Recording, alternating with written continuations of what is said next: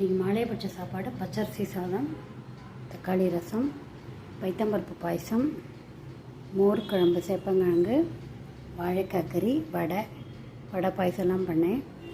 பாயசம் உப்பு பண்ண மாதிரி பைத்தம்பருப்பு வேக வச்சுட்டு அதை நல்லா கரைச்சிட்டு வெல்லம் போட்டுட்டு பால் ஆறினோன்னா பால் விட்டுட்டு ஏலக்காய் போட்டு இன்றைக்கி முந்திரி பருப்பு போடலாம். தக்காளி ரசம், தக்காளி போடல இன்றைக்கி, புளியை கரைச்சிட்டு அப்புறம் உப்பு ரசப்பொடி போட்டுட்டு கொஞ்சம் பருப்பு கரைச்சி விட்டு கடுகு தாளிச்சு போட்டேன், கருவேப்பிலை போட்டேன், கொத்தமல்லி போட்டேன், வாழைக்காய் கடுகு உளுத்தம்பருப்பு கடலைப்பருப்பு பெருங்காயம் போட்டு வாழைக்காய் போட்டு தண்ணி தெளிச்சுட்டு உப்பு காரப்பொடி போட்டு கருவேப்பிலை போட்டேன். சாதம், மோர் குழம்புக்கு தேங்காய், பச்சை மிளகா, ஜீரகம், கொஞ்சம் கொத்தமல்லி வேறு துவரம்பருப்பு அரைச்சி விட்டு அப்புறம் மோரில் கலந்து விட்டு கடுகு கருவேப்பிலை துவைச்சி போட்டுட்டு வடைக்கு அரைச்சிட்டு 1/2 மணி நேரம் ஊற வச்சுட்டு உப்பு பச்சை மிளகா கருவேப்பிலை அரைச்சிட்டு உப்பு அப்புறமா கலந்து விட்டு வடையை தட்டிட்டேன். அதுதான் இன்றைக்கி மெனு. பார்த்துட்டு கமெண்ட் பண்ணுங்கள், சப்ஸ்கிரைப்.